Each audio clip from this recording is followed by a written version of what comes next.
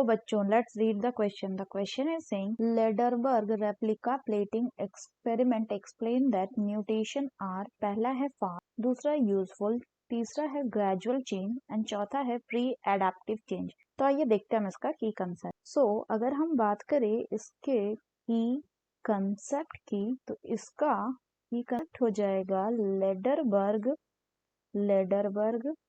Replica plating. तो अगर हम बात करें लेडरबर्ग रेप्लिका प्लेटिंग एक्सपेरिमेंट की तो इसको किसने दिया था? So it was given by Joshua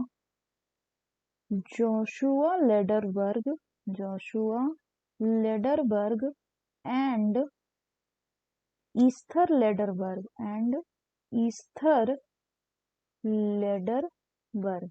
तो इन्होंने क्या किया था? अगर हम बात किए तो इन्होंने बैक्टीरिया को कल्चर किया था. बैक्टीरिया किसमें? ऑन ए अगर प्लेट. और ये अगर प्लेट क्या हो गया? ये एक न्यूट्रिटेड मीडियम हो गया. तो इसमें क्या देखा इन्होंने कि कुछ जो बैक्टीरियल कॉलोनीज थी वो डेवलप हो गई. तो बैक्टीरियल कॉलोनीज क्या हुई? डेवलप हुई. बैक्टीरियल कॉलोनीज डेवलप हुई. तो जिस प्लेट में बैक्टीरियल कॉलोनी डेवलप हुई उसको इन्होंने कहा मास्टर प्लेट. यानी अगर हम बात करें तो ऐसा एक प्लेट लिया, इसमें डिफरेंट टाइप्स की बैक्टीरियल कॉलोनी जो थी वो क्या कर गई? वो डेवलप कर गई और इसको इन्होंने नाम दिया मास्टर प्लेट. इसके बाद क्या किया? अगर हम बात करें इसके बाद इन्होंने एक sterile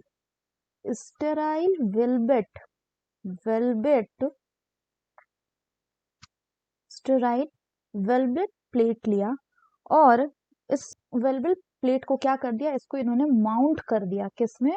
on A wooden block. और उसके बाद ये जो वुडन ब्लॉक है इसको इन्होंने जेंटली प्रेस किया. इसको क्या किया? जेंटली प्रेस किया इस पे ऑन दी मास्टर प्लेट. यानी कि हमारे पास क्या था? हमारे पास ये एक मास्टर प्लेट है जिसमें कि बहुत सारे बैक्टीरिया के कॉलोनीज जो हैं डेवलप करके रखे हैं. अब क्या किया? अगर बात करें, अब इन्होंने एक वुडन ब्लॉक लिया, इस तरह का कुछ वुडन ब्लॉक.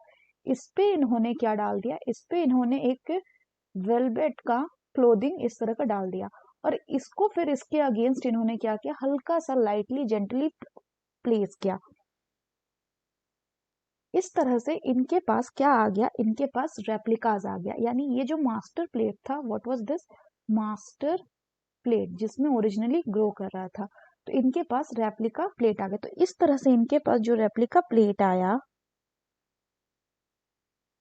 इनको क्या किया? इसको फिर इन्होंने प्लेस किया. They are placed on two new agar medium. यानी कि ये जो वुडन ब्लॉक में प्लेस किया, फिर इसके बाद इन्होंने इसको दो अलग अलग प्लेट में ट्रांसफर कर दिया इस तरह के. और ये कैसे प्लेट हो गए? ये रेप्लिका प्लेट हो गए. तो यहाँ पे सर्टेन बैक्टीरियाज ग्रो किया और यहाँ पे, और ये दोनों क्या हो गए? Both of these are replica plates. अब अगर बात करें तो ये जो दो रेप्लिका प्लेट मिला, एक में क्या था? एक दोनों अगर प्लेट थे, लेकिन एक जो अगर प्लेट था उसमें क्या डाला उन्होंने? उसमें उन्होंने डाला पेनिसिलिन. और दूसरा जो था उसमें उन्होंने क्या डाला? वो भी अगर प्लेट था. दो हमें मिला ना, एक 1 और एक 2. तो दूसरे वाले में जो था वो था विदाउट पेनिसिलिन. तो फर्दर इन्होंने क्या देखा कि जो अगर प्लेट विदाउट पेनिसिलिन था, इसमें जो बैक्टीरिया थे उसके सभी बैक्टीरिया ग्रो कर गए. So all bacteria grow. लेकिन जिस प्लेट में पेनिसिलिन था उसमें सिर्फ वही बैक्टीरिया ग्रो किए जो कि पेनिसिलिन रेसिस्टेंट थे. यानी penicillin resistant bacteria grew. And बाकी दूसरे जो थे, एंड पेनिसिलिन सेंसिटिव जो था, यानी जो पेनिसिलिन से इफेक्ट हो रहा था, पेनिसिलिन सेंसिटिव जो बैक्टीरिया था वो क्या हुआ, दे कैन नॉट ग्रो। इससे इन्होंने क्या कंक्लूजन दिया, अगर बात करें तो इससे इन्होंने कंक्लूजन दिया कैसे कुछ बैक्टीरिया जो हैं वो अडाप्ट कर रहे हैं पेनिसिलिन मीडियम पे। तो इसके दो पॉसिबल इन्होंने कारण हो सकते हैं। अगर हम बात करें, एक हो सकता है कि कुछ बैक्टीरिया जो है वो पेनिसिलिन के पेनिसिलिन मिलते ही क्या हो गया, रेसिस्टेंस डेवलप कर लिया जब पेनिसिलिन आया। लेकिन क्या ये पॉसिबल है? ये पॉसिबल नहीं है, क्योंकि हम जानते हैं कि जो म्यूटेशन होता है वो नॉन डायरेक्शनल एंड रैंडम होता है।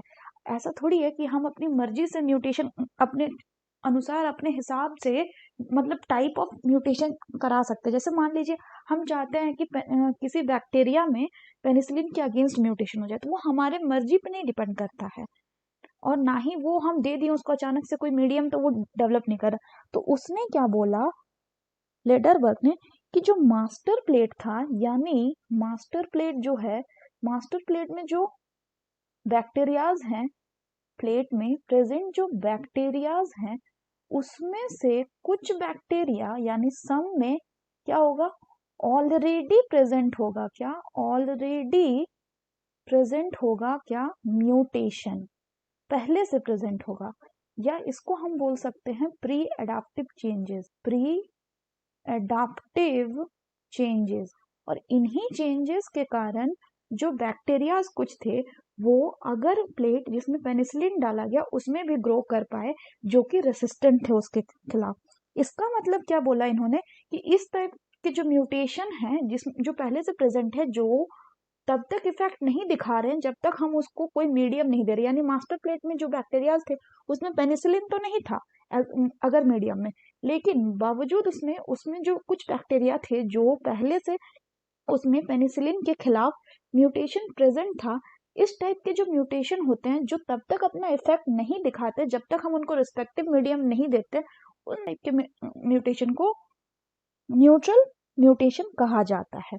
तो अगर हम क्वेश्चन की बात करें तो क्वेश्चन में बोल रहा है कि लेडरबर्ग रेप्लिका प्लेटिंग एक्सप्लेन क्या करते हैं कि म्यूटेशन जो है, mutation are the correct option will be option 4, that is pre adaptive changes. So that's all for the question बच्चों. Hope you understood it well. Best of luck.